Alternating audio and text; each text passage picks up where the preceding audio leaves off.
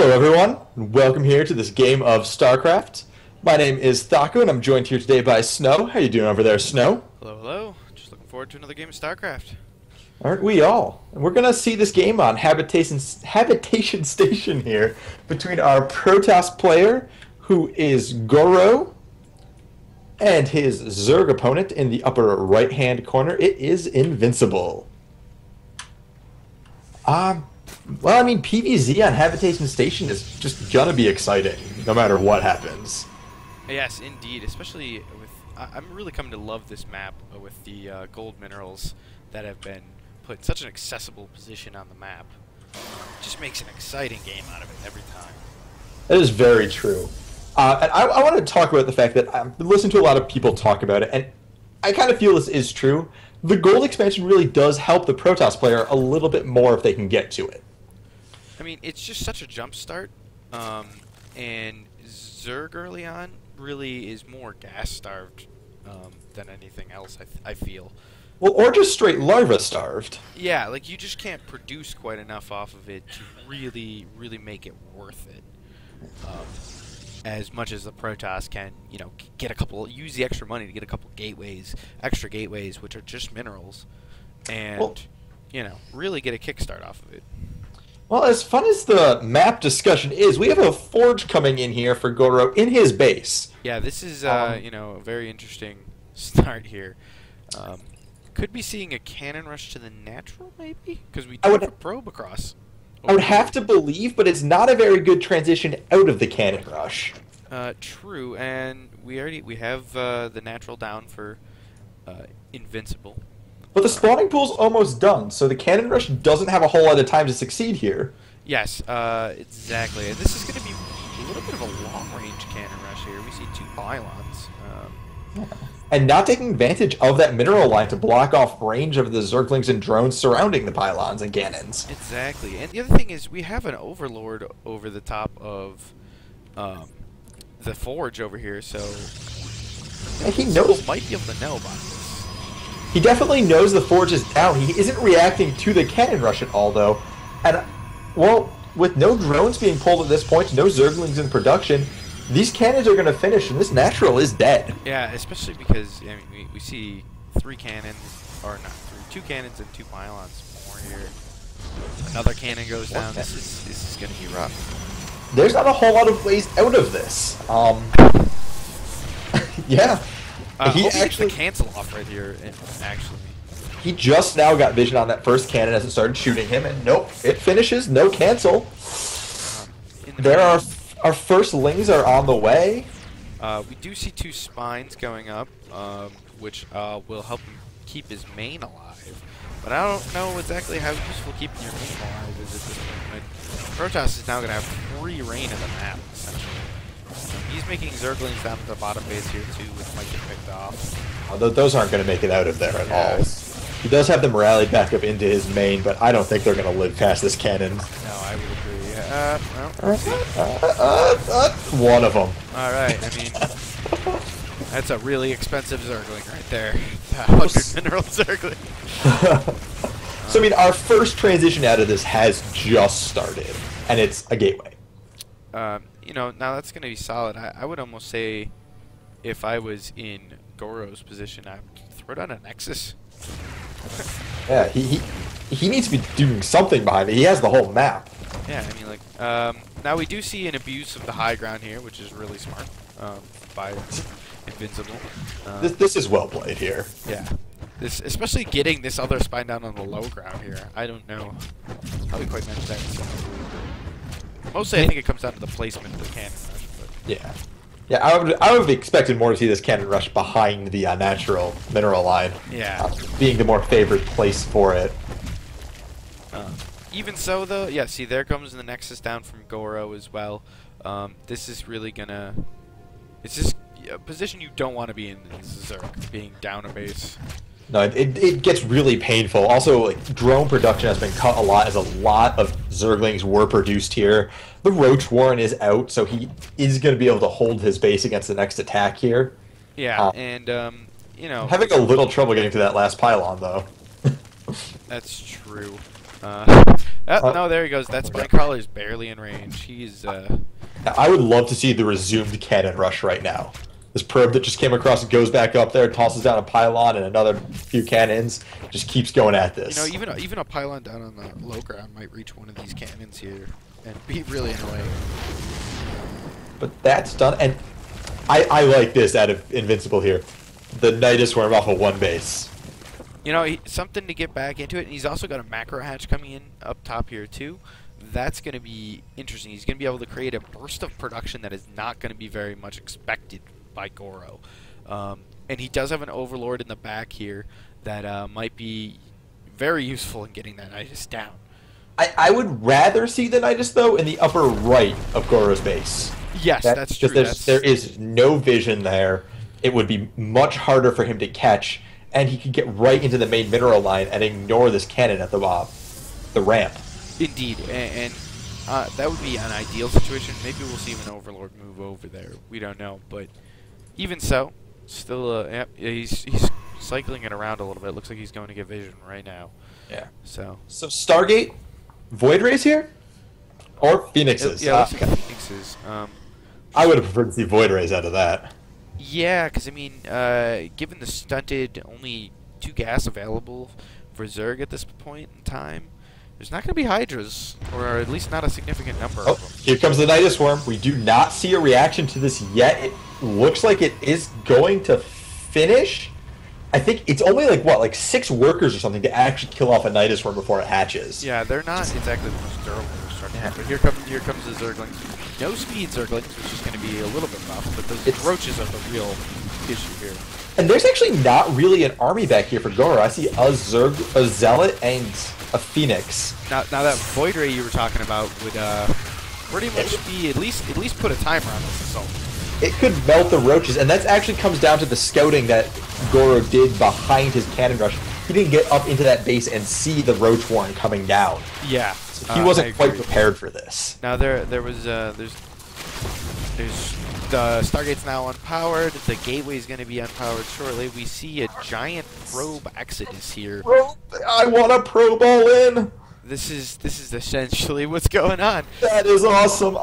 But I mean, a pair of spine crawlers on the Nidus Worm for a quick retreat here by Invincible if he gets any whiff of this. Yeah, I mean, this shouldn't work, but it'll be entertaining to say the least. I mean, like the probes can kill the spine crawlers, especially with that mothership core giving them some aid. But yeah, the DPS of probes proving too much here. There's the first spine down. 4 zealots are backing this up more. The probes to tank those zealots, though. That's true. Losing that first zealot was unfortunate. 2 more come back. The roaches from the Nidus Worm, which is exactly what yeah. Yeah, that finishes. Unless he's got the Phoenix Micro to lift roaches.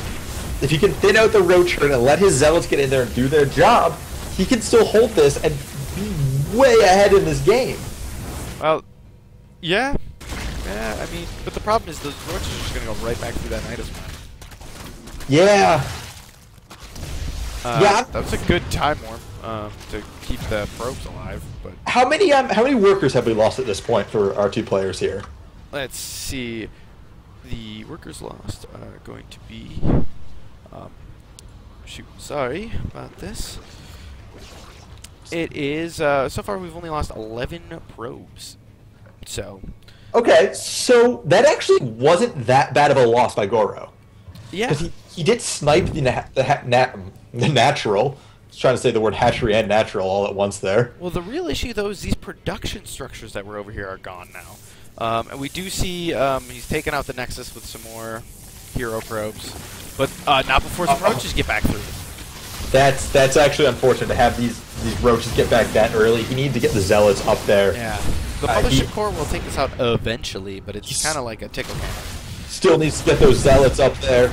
He's got 600 minerals and, I mean, warp gate done, and he's not warping in defenses here. I'm a little concerned about what he's actually doing in this game at this point. Yeah. These 4 warp gates are, like... Also, yeah. Really needed. Photon overcharge would be amazing right now. Yeah. Yeah, he's got the energy for it. That would actually be lights out for these roaches here. However, close proximity to zealots is also pretty good. That's true. a single Zealot being warped in. All right, there's the 3 Stalkers. That's the end of this push here. Yeah. Or But we do Invincible. see a natural half finished by Invincible.